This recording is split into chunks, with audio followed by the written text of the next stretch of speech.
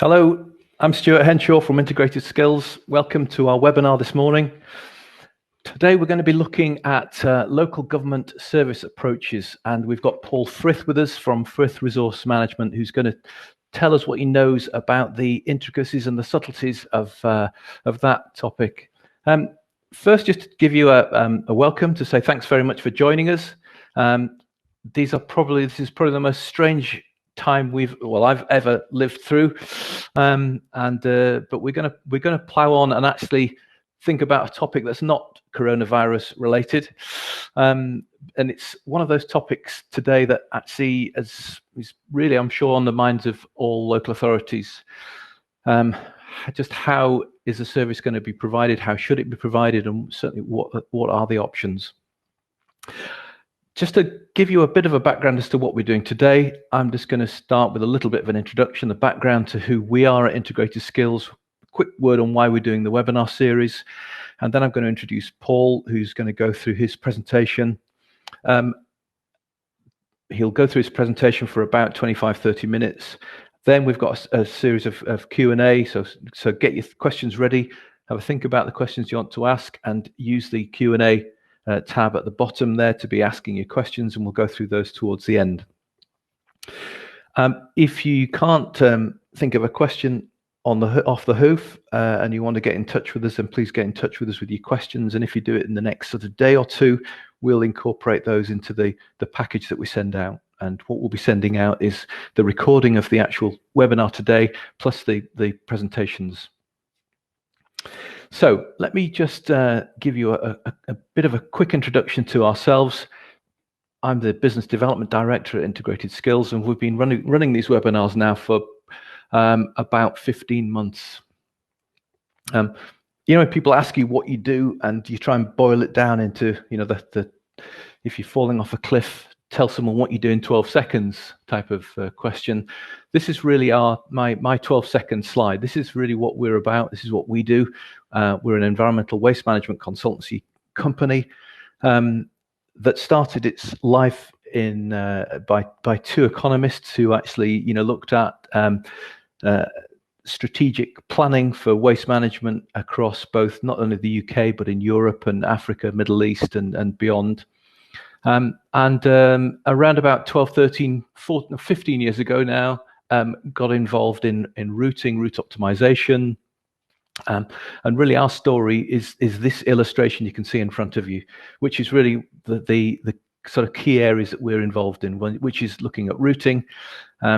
Increasingly, and particularly since the government's resources strategy, we've had a lot of interest from authorities saying, look, we've got these decisions to make. Could you help us to do some rapid options modeling?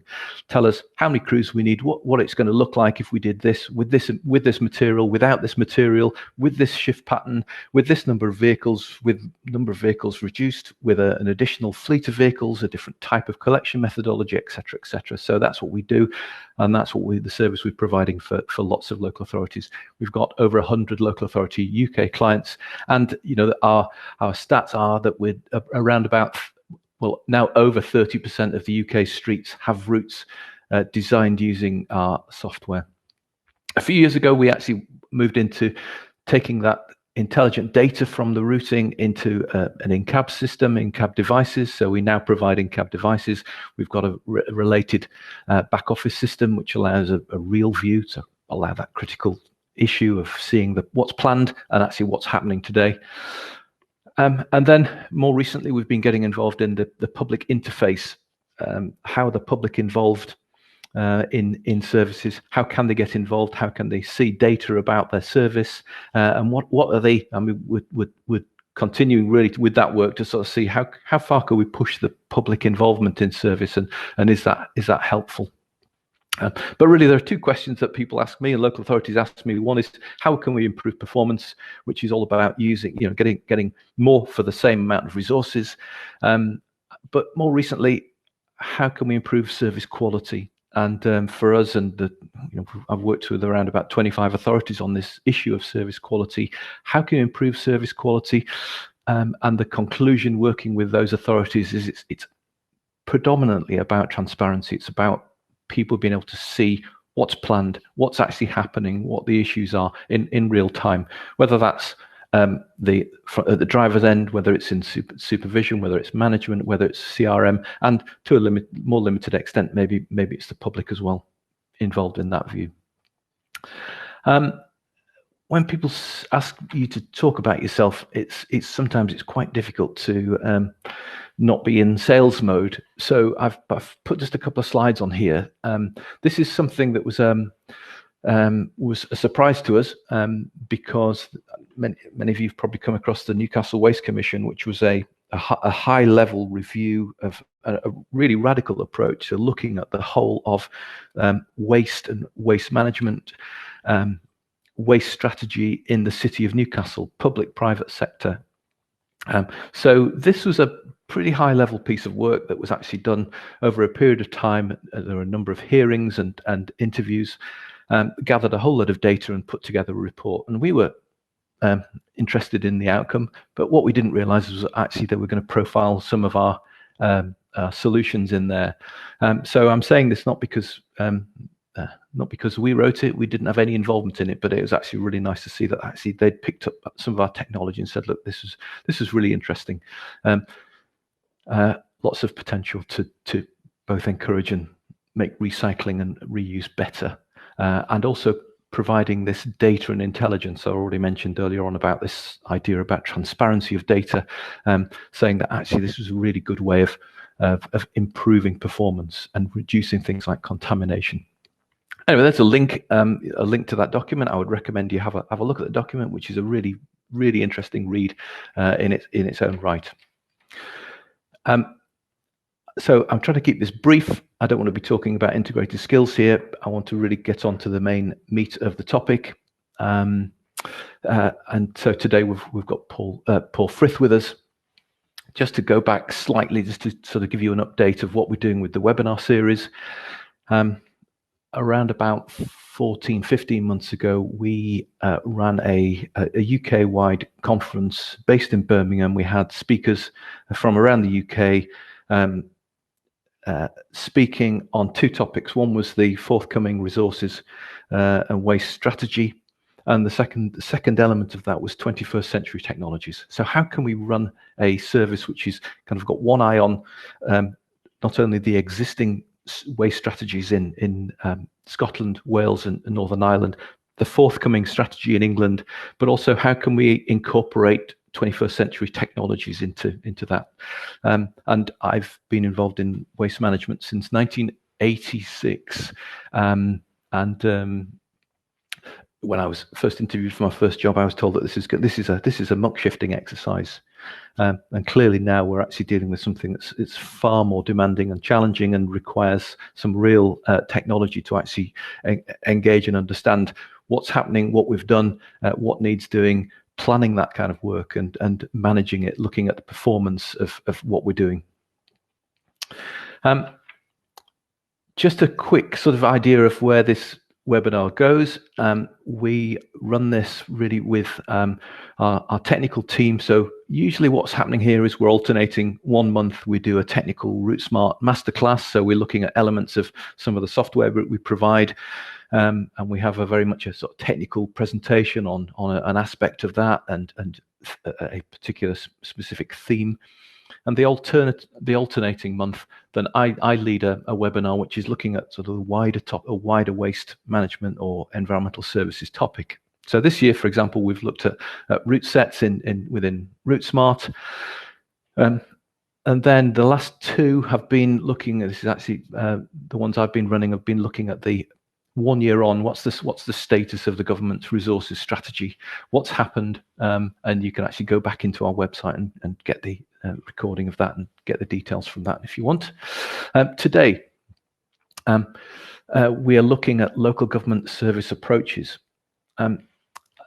Bit of a personal story is that the coronavirus does come up in this conversation because it was my 60th birthday last Saturday, and I was planning a big party. We had 100 guests planned, and unfortunately I had to cancel the party, which is very disappointing. And I'm actually working from home, but in our conservatory, and I'm looking at 2 kegs of 80 pints of home brew, which are really quite tasty. That is a slight digression, but the reason I wanted to say that is that when I started in my local government career, there was only one option, which was in-house. No one else did anything other than in-house service provision. And then along came Margaret Thatcher's privatisation agenda and introduced a second option, which is actually the option to privatise waste management. And waste management was one of those services on that list, of that privatisation list that Margaret Thatcher's government brought about. However, now we're in a much more complex situation where there are many more options available to local authorities in the way that they provide their waste and environmental services. And those are some of the things that Paul's going to be talking about today. So, some of this is really quite complex. I know that Paul's going to give us a really helpful kind of look through what the options are for you as a local authority provider. In-house, out-house, is it is it an amalgam of both those, or another model altogether? So I'm going to hand over to Paul in a second, but by way of introducing him, I thought I'd ask you, Paul, to talk us through your route into waste management, because I thought this year actually as a theme I would actually ask all of our presenters and contributors that same question, just to see how people actually got into the waste management industry. Because wherever I speak to people who are involved in waste management, they've always got this kind of interesting story, and the conclusion is really, I never planned to be in waste management. I kind of arrived in waste management through this circuitous route. I know that certainly was my story into waste management. Maybe less so now. Maybe people are actually, planning careers in resource management, and they study that, and that's their sort of goal. So, Paul, I'm really pleased to have you with us today. So, thanks very much for agreeing to present. So, my first question to you, and then I'll allow you to sort of just go into your presentation. But so, my first question to you today, really, then is how did you get into the waste management industry? Thanks, Stuart. Can you hear me okay? Hopefully you can. But good morning, everyone. Getting into the industry, yeah, you're right. I mean, very few people plan on it. I think maybe in the first instance, although I think that situation is changing. Certainly my kids at school get quite a lot of information around resource management and recycling and that sort of thing. But I was doing a geology degree, and my lecturer was into hydrogeology. There aren't many jobs in geology in the UK. So he was into hydrogeology and did work around landfill sites, to do with water movements around landfill sites. And so that kind of got me into a postgraduate course in waste management in the University of Luton, one of the very few dedicated kind of waste management postgraduate courses. And one of the representatives from CIWM, Chartered Institute the Institute of Waste Management at that time, came down. This was in '95 to talk to us about the sector, and it turns out that they were based in my hometown. So that kind of led me into a job with them, and then consequently since '96, I've been working in the sector in one guise or another. So that's kind of how I got into it.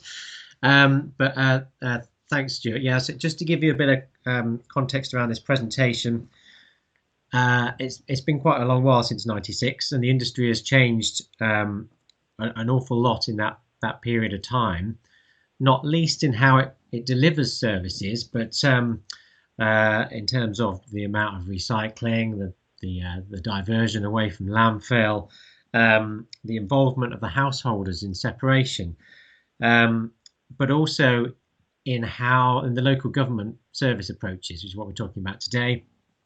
And as you referred to, Stuart, at the start there, the shift from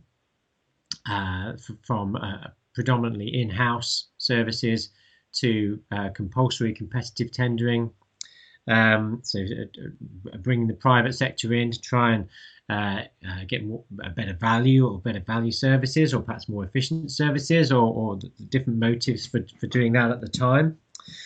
And then to how things have sort of moved and changed since then.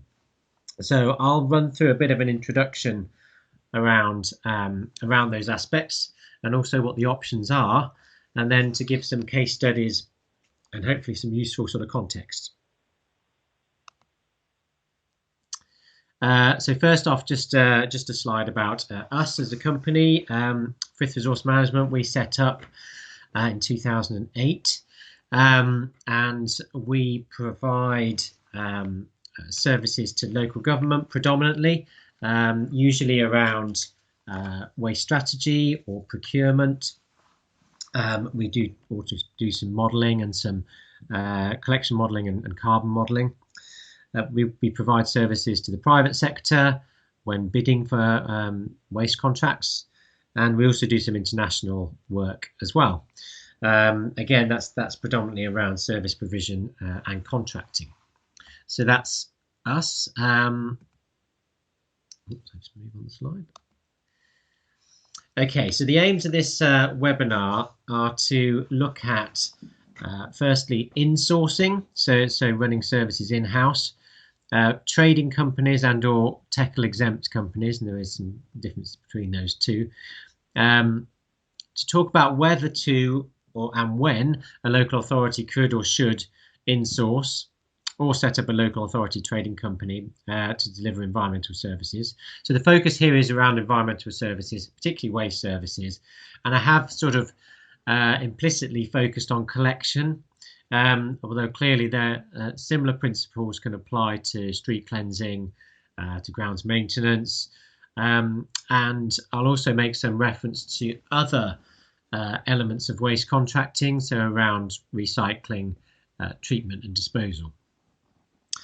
Which environmental services should the local authority consider insourcing or providing through a trading company, and how this might be implemented? So we'll look at that as well.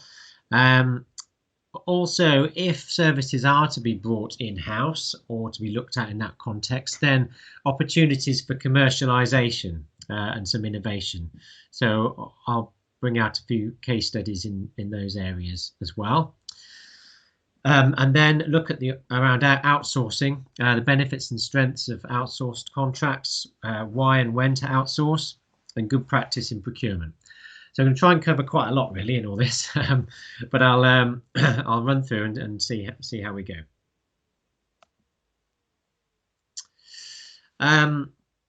First off, there are a range of approaches that are available for service delivery. It isn't sort of a one-size-fits-all. There are different options which apply in different circumstances. So the in-house or TECL exempt options I'll speak about. Local authority trading company, so that's more of a competitive environment, a trading organisation, but still owned by the local authority. Going completely outsourced, bringing in a private contractor or another body in order to deliver a service. And combinations of the above for different services. So, for example, some councils might have a dry recycling collection, which is private, but then they may have in-house refuse collection, or they may outsource a MRF contract for recyclables, but have other street cleansing in-house. So there's different combinations that might apply in different areas, and when you look from authority to authority, you will see some services in-house, some services outsourced, or maybe all services outsourced. More recently, there has been a trend for local authorities to in-source provisions or establish TECL or trading companies. There's a list there of some sort of fairly recent moves in that direction. Different motivations for those movements, but there have been specific challenges, I think, for local authorities, we could say as a generalization, in terms of austerity and declining budgets, and also in the context of challenges to the sector around the recycler market, and that creating issues for contractors trying to deliver the services perhaps at the price they originally quoted. And if you look at actually the split, this is just looking at collection services. This covers the split of governance arrangements. This was a couple of years ago, so it will have changed slightly, but not a great deal, I wouldn't have thought. You can see just over half of authorities have in-house services for refuse collection and recycling services, and then a further something like 6% operate a TECL exempt service.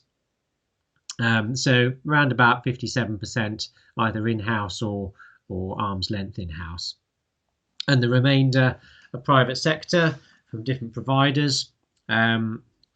So you can see there is a pretty strong mix of different options that's out there.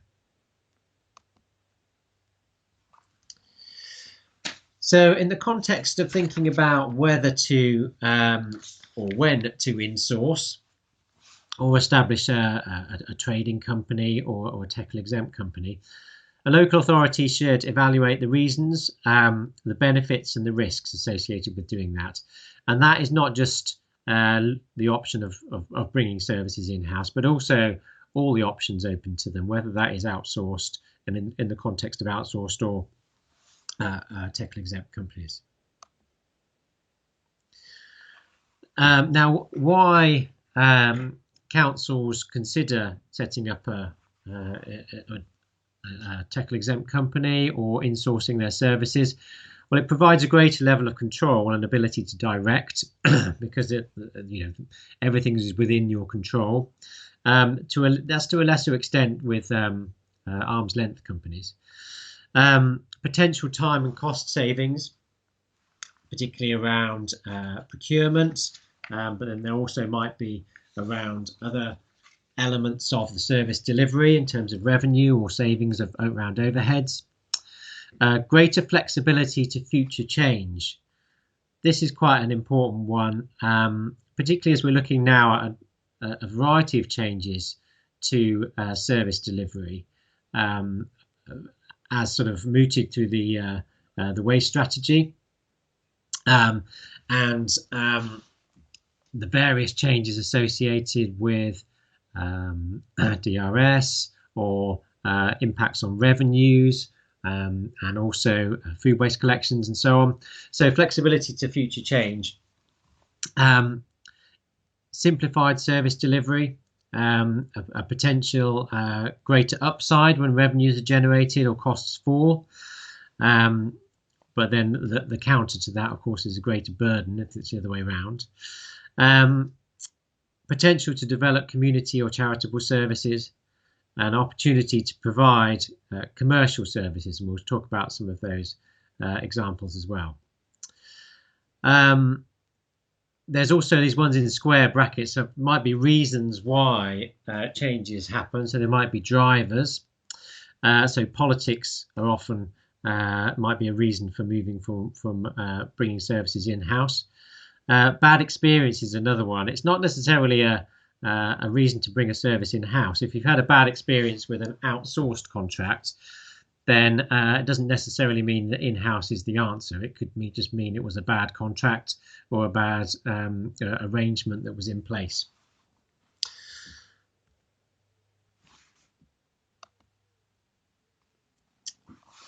And in terms of alternative arrangements, there's the TECL option, which is a variation, I suppose, on a local authority trading company, but it's more restricted in its basis, and it comes from a European Court of Justice case, which is cited there, which established an exemption for local authorities from procuring waste services where they're directly provided by the authority. But there are limitations within that, in that the entity must provide more than 80% of its services for that authority. So it's not free to trade everywhere and to an unlimited extent. It has to predominantly provide services for the authority in question. But there is the potential for some up to 20% additional trading, if you like. An authority doesn't need to set up its own direct tackle company. They could use a provider to do so. Norse Commercial Services is an example of that, and they're the largest tackle supplier of environmental services, and set up joint ventures with councils. So that's an example of I guess where you're looking to establish a tackle company, but perhaps are looking for additional support and skills from elsewhere. And so, if looking between in-house and trading companies, providing services in-house does provide authority with a greater level of control, but setting up a trading company may provide some additional benefits against in-house services, including lower labour costs, because a trading organisation doesn't have to comply with local government pension scheme. So it does depend on how the workforce is set up with pension arrangements.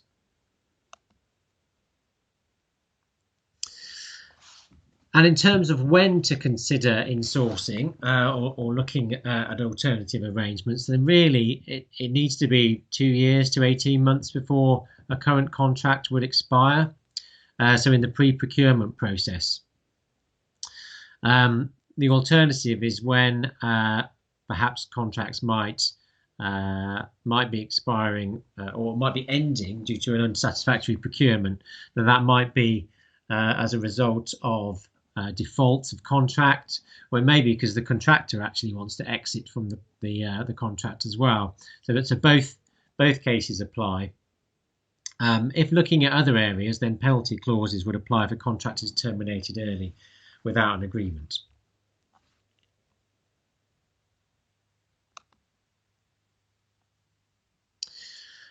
Which services to look at to provide internally if doing that? Then the services that could be considered are those that have uncertainty over service requirements, so it might be more difficult to procure, or to procure in a way that there is adequate balance of risk. Public-facing contracts that reflect upon the profile of the local authority. Again, these sometimes might be political reasons for doing it. Yield particular risks the authority would prefer to manage, and those that the authority can provide competitive costs against the private sector.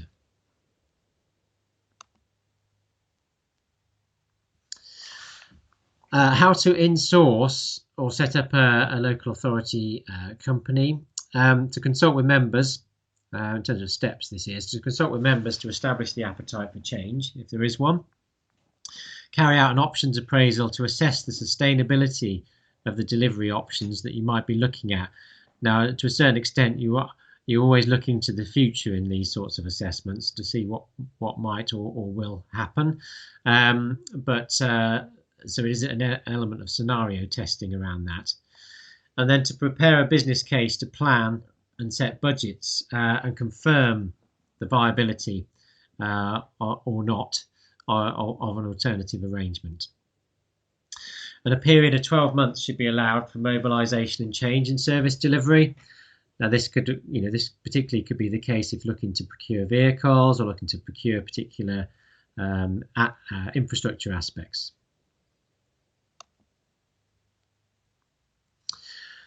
And if seeking to bring services in-house, then to explore innovations and benefits that the authority can bring. Now, local authorities are in a unique position with regards to how they deliver services. And so it's not just waste management services that could be brought into this area. But in terms of optimising the services, and this is a lot of the sort of work that Stuart and integrated skills get involved in, looking around vehicle efficiency, modelling around that, route optimisation, automation with IT equipment, looking at how services can be improved, getting data, managing that data, all those sorts of things to try and provide a service that has high efficiency. Because if you're bringing it in-house,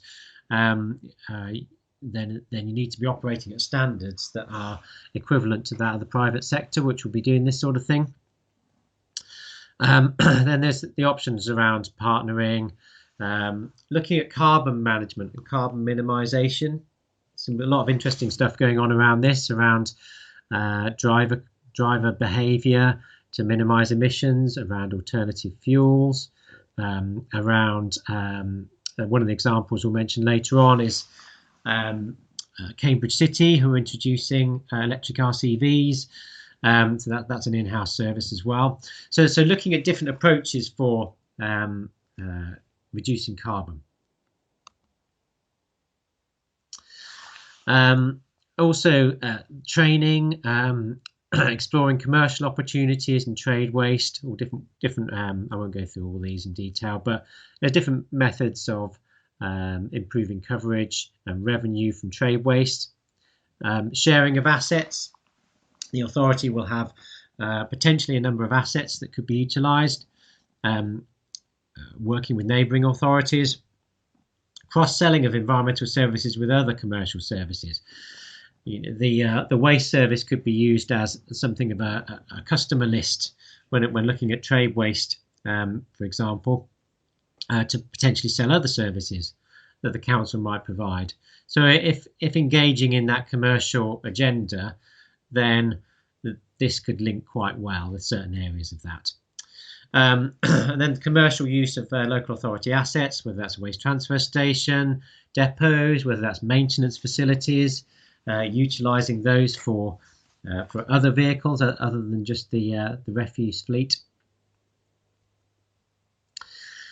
And there's a number of examples who have explored these aspects in different areas. I mentioned Cambridge, and I'll talk about those in a moment, and Oxford. Answer is another TECL company set up by Cheshire East, Nottingham City Council, and so on. I'll mention some of these. So here's some case studies relating to some of those. South Cambridgeshire and Cambridge City are a joint local authority arrangement, and they've expanded into more commercial waste activities, and they've expanded their trade waste service from 2 staff to 6, and now have over 4,000 customers. And they've done little active marketing to get to that point. They've done some cross-selling through environmental health, particularly looking at things like food waste, posters on refuse collection vehicles, and some merchandise. But they have been quite successful in expanding their in-house service to provide services to the private sector. And similarly, Oxford Direct Services is another example where they've had considerable increases in turnover as a result of expanding the service. They had to undertake something of a transformative approach to get there. That was looking at stakeholders they had to speak to, internal, external, work with the trade unions, and to set out a commercial approach in order to realise that kind of improvement in performance. And a lot of the things were fairly alien to the authority, such as things like commission-based sales, which are a standard practice in the private sector, but are quite new and novel for the public sector. And so they adopted a variety of different measures in order to expand the service and to develop that into a more commercial environment. Other examples: Nottingham City Council. Their in-house service. They've been providing a variety of different commercial type activities, and they also have active marketing and a dedicated call handling team. They introduce technology like onboard weighing so that they can assess those customers that are good value or not such good value, and also widened the range of services that they provide so that they could increase coverage of potential clients across the city, so the universities and so on. Um, Coventry City Council has adopted a fairly similar approach, actually, but they've also been recently, only a couple of weeks ago, bought a local waste company for strategic benefit, and they are being quite ambitious in developing infrastructure as well. So they're developing a sub-regional materials recycling facility. So we focus particularly on collection here, but actually they are looking at infrastructure and looking at, I suppose the back end waste treatment is another area that Coventry have deliver, because they have a local authority waste disposal company with Solihull Council, and also they also have a partner in Warwickshire County Council, which run the energy from waste plant. So there are some examples of public sector operating waste treatment and residual waste treatment facilities as well, but they are very much the exception rather than the rule. Some considerations and challenges. This is an article again from just a few weeks ago. A hit to recycler income sees significant losses for the Norse Group, and I suppose this is just I suppose a note of caution, in the sense that everyone working in the sector is going to be hit by the same influences. So if recycler income drops, yes, it might put pressure on the local authority from an outsourced contractor, because there's loss of revenue in the service. But equally, if that's in-house, then that's felt directly. So so these things apply both ways.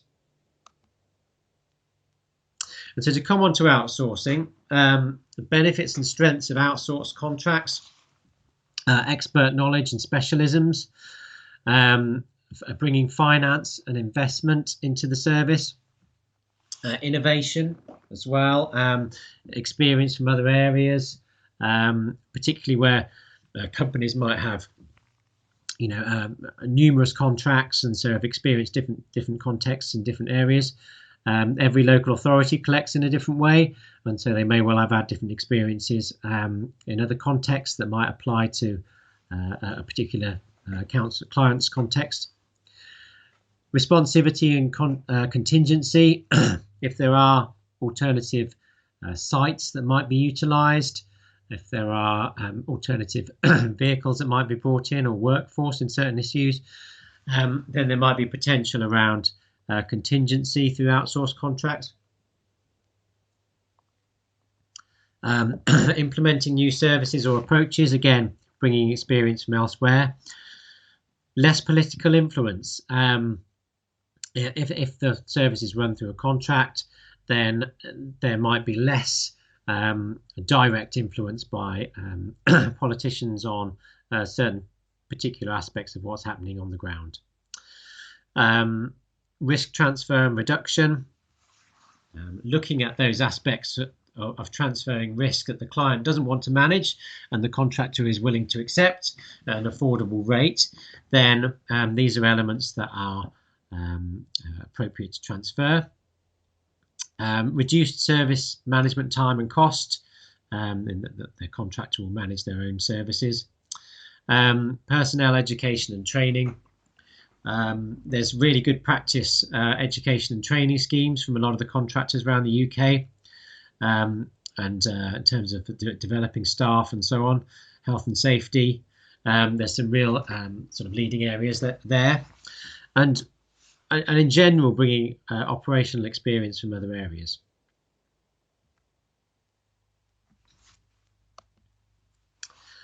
And well-designed procurement provides competitive and cost-effective services with value for money. And this was the driver for CCT in the first place. Also, best value type approaches. And well-designed procurement provides certainty over the scope of those services, confidence over revenue levels and payment for services. Payments linked to performance, that there is adequate performance incentives to deliver what the council is looking for, but not too onerous that you're paying for someone to constantly be reporting on PIs. So it's a bit of a balance there. Including carbon management is another one which can be brought into that. A good contract will also provide some space for innovation. Where there is changes, that there might be scope to innovate, to deal with that, to improve performance. And sufficient contract length to accommodate investment.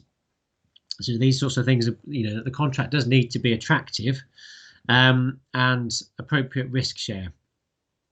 Community buy-in and involvement, but a key thing there really is around good client relationship and support and flexibility for unforeseen issues. And this current situation we have at the moment is a good example of an unforeseen issue. And when to consider outsourcing? Well, if there's poorly performing and or low value for money existing services, a good knowledge of the services required, or at least sufficient knowledge to be explored through dialogue. When seeking to derive some of the benefits I've been speaking about from outsourcing, where there is a complex service or activity outside the skills of the in-house team.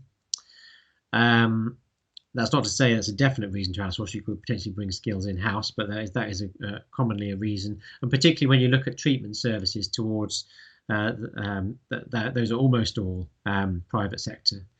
To test the value for money of the service delivery, set budgets or maximum costs for services. And this is an area which is not really tested with technical companies, I suppose, and they're not in competition in the same way that the private sector is. So that is something to bear in mind when looking at that side. And an assessment of the option is required, including soft market testing, to derive whether there is market appetite. If there's no competition, then you're unlikely to get a very good deal. So to conclude, last slide, which model is best? Well, this will depend on the nature of the service, the capacity and skills in-house, the degree of private sector competition, attractiveness of the procurement, the rigor of the business case for in-house or technical companies or trading companies or outsourced, the design of the contract, specification, performance and payment mechanism. If that's not well designed, then you won't get the best value out of it. The ability of service provider to meet the client's requirements, appropriate risk share, affordability and good communications relations between the parties. And I hope that's provided a very quick run through all the governance arrangements, and we've got time for questions, so I'm going to mute my mic because I think otherwise we get some echo, and pass over to you, Stuart. Thanks, Paul. That was really, really thorough and really interesting. I've got a couple of questions. There's some other questions lining up here. Please type your questions into the message box. My question, first question, is really about is there still a political divide? You talked earlier on about appetite for change. Where does that appetite come from? And is there still a sort of a political divide? Traditionally, Labour authorities in-house, Conservative Lib Dem authorities outsourced. Is that still the case, or is that shifting, or is that different? I think it's a good question. I think a lot of the examples that I put there on that slide with logos of councils tended to be city councils, and that wasn't deliberate. That just happened to be the ones that I was aware of in terms that have done a lot of in-house kind of work. I think that's as much a fact of their particular circumstance of having lots of business in their area, also around track record and history of they may well have run like a bus company before, they may run other services or other companies, and so when looking at running a waste service, for example, it may not have the same degree of fear as from other areas, And also they may have a greater degree of capacity in terms of sort of back office arrangements to deal with that. So they may be familiar with the invoicing arrangements and the marketing and the customer services and those other sorts of arrangements that will be required in the background. I think that at a national level, there is still this sort of political side of it. I mean, we saw that before the last general election.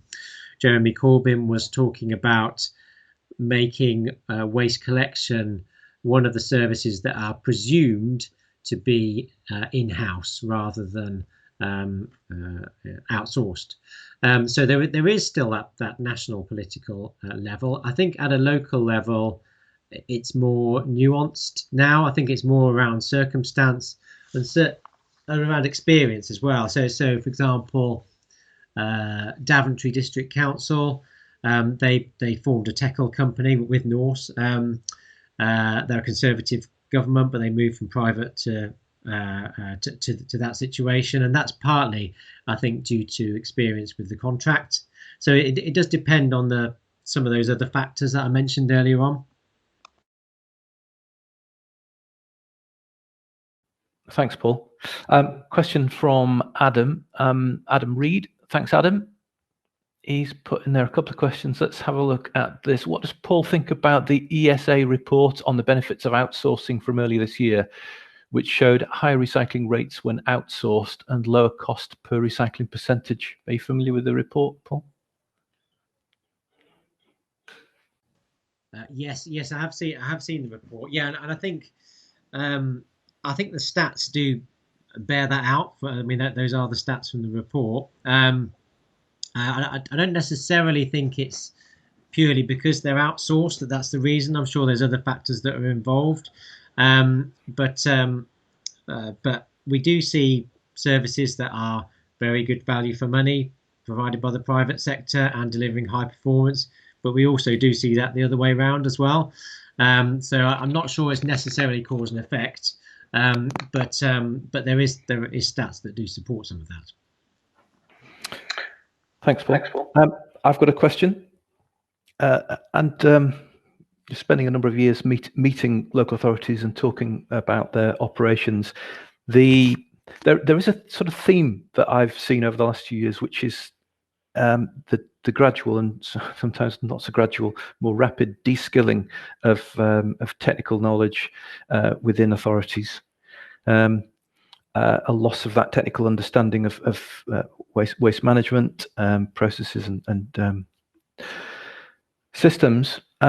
Maybe that, and I think in some cases it seems to me that that's been driven by the austerity budget, where whole swathes and tiers of organisations have been cut for financial reasons. But also many of those people with technical knowledge have moved to the private sector, and they're part of the private sector themselves.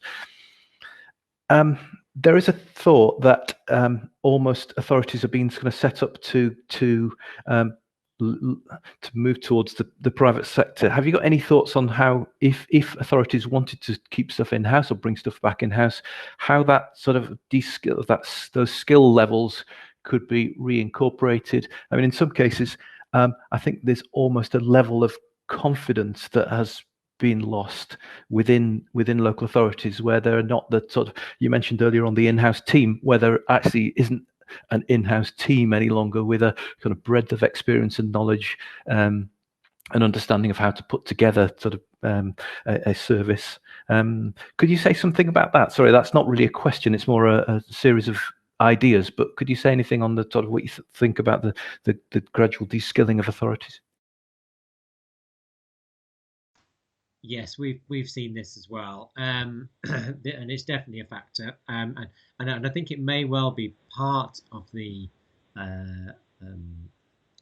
reason for looking to joint ventures around TECL exempt companies as well, because a lack of internal capacity and knowledge around running the service. As you say, in the past, there was a lot of experience around running in-house services because that was the norm, and then over time that has diminished, and with austerity in particular, services have been, or you've had joint heads of service. You've had a head of service which might be from a completely different discipline covering waste, and therefore, as you say, the confidence there in order to bring a service in-house, even if they wanted to, or if it was appropriate to, might not be available. And so then it is a case of, as you say, potentially bringing in further skills, or other councils are almost going the other way, that they are that those councils that have some capability in-house are trying to bring in commercially based sort of bringing people from the private sector in order to develop a commercial skills base to try and expand in that direction. So not just purely the delivery of the service, but also to try and bring in external expertise to try and develop other areas of work which they've never worked in before. It just depends on the level of aspiration of the council. A lot of councils are talking about commercial development and innovation, and not being afraid to fail and try things out, entrepreneurialism. But it's a very big step from traditional council services to make that step. But some authorities are doing it, and I think maybe the examples that I looked at there, it seems to be sort of the city councils that are leading in this area. Thanks, Paul. That was sort of led on to my next question, which was really the whole question of innovation. And you've touched on it a number of times in your presentation, but we've been doing some work recently with Zero Waste Scotland, who are kind of ahead of some of the other national strategies, certainly ahead of England in their deposit return scheme, and we've been kind of working with them on the logistics for their DRS scheme, and we're aware of the impact that's going to have on the local authority services is huge. It's going to have a significant impact. I'm interested in how authorities kind of prepare for that level of change and innovation that's going to be required. And this is really across the board. So this is looking at both. The question really is about in-house, outsourced. It's about these other types of frameworks that you've discussed today. But where have you seen real examples of innovation, and is that linked to more the private sector or the public, in-house or whatever? But where have you seen it? What's your sort of take on where you're seeing innovation happening at the moment?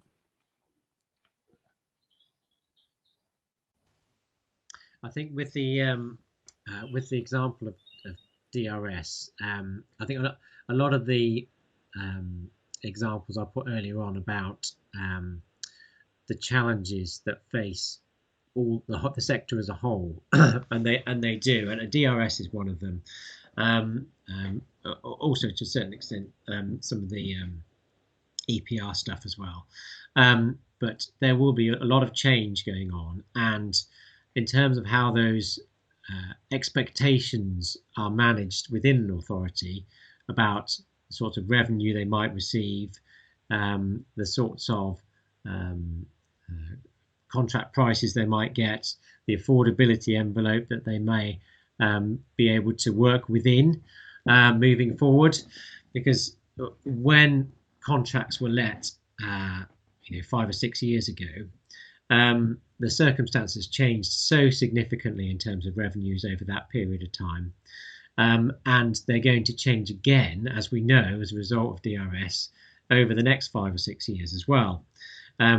What we don't know exactly is how that's going to be reflected in terms of contract prices, in terms of what the recycler market's going to do. It's all very uncertain at the moment, and so to try and get the innovation really is around setting contracts that appropriately reflect that risk share, because otherwise, if you land it all on the private sector, it's going to be priced very high. If you take it all on yourself, you're taking a very big risk as the public sector. So it's trying to balance that risk in contracts that are being brought forward. Thanks, Paul. Another quick question. 4 minutes. Let's get another question. Thanks, Adam. Prolific questioning this morning. Another question from Adam.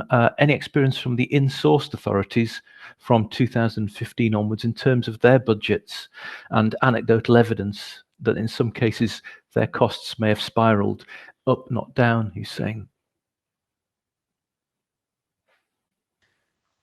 Yeah, it's often quite difficult to get that information. It's a good question, because every council seems to sort of allocate their budgets in different ways. We're doing a project at the moment which is looking at several authorities within one county area, looking at their budgets and trying to extract that information into a common format. I'm sure, Adam, you're probably familiar with this.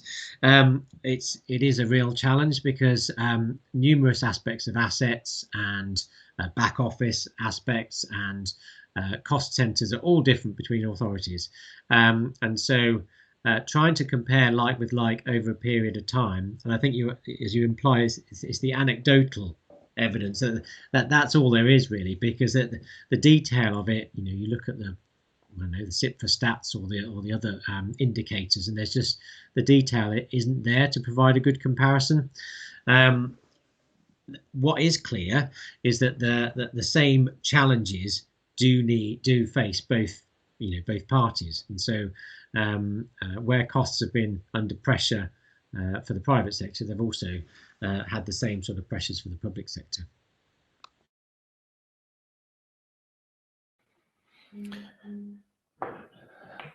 Thanks, Paul. Yeah, Adam, I don't know if you can see Adam's comment there. We need a consistent set of data requirements for local authorities going forward, so they claim their payments through EPR.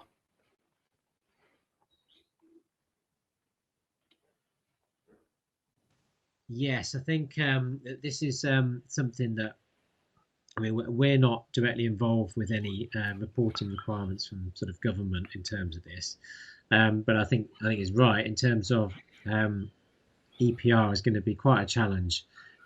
We're looking at some authorities now doing some modelling for both DRS and EPR. In fact, we're using the Suez tools to do that, and it's so it's still a bit finger in the air at the moment, to be honest. So we've got to see how it goes. But you're right, we do need a consistent set of data requirements in order to try and derive that. I think we ought to draw that to a close, so that we keep within our 1 hour that we've set in your diaries. Paul, can I say thanks so much for actually joining us and presenting on that really interesting stuff. I hope those of you who've been listening have enjoyed it as much. We will be providing the slides and a recording of the presentation today. We'll be sending that out to you. If anyone has had questions that they have been thinking through, chewing over, but not actually entered them into the portal, please get in touch in the next couple of days. We'll add those and we'll ask Paul to actually consider those and send the responses out with all of the packages that we send out to you. Thank you very much, Paul. I really appreciate your time. Thank you to all of you for listening today. As we're all saying at the moment, keep well, and we'll be in touch soon. Thank you very much. Bye-bye. Bye-bye.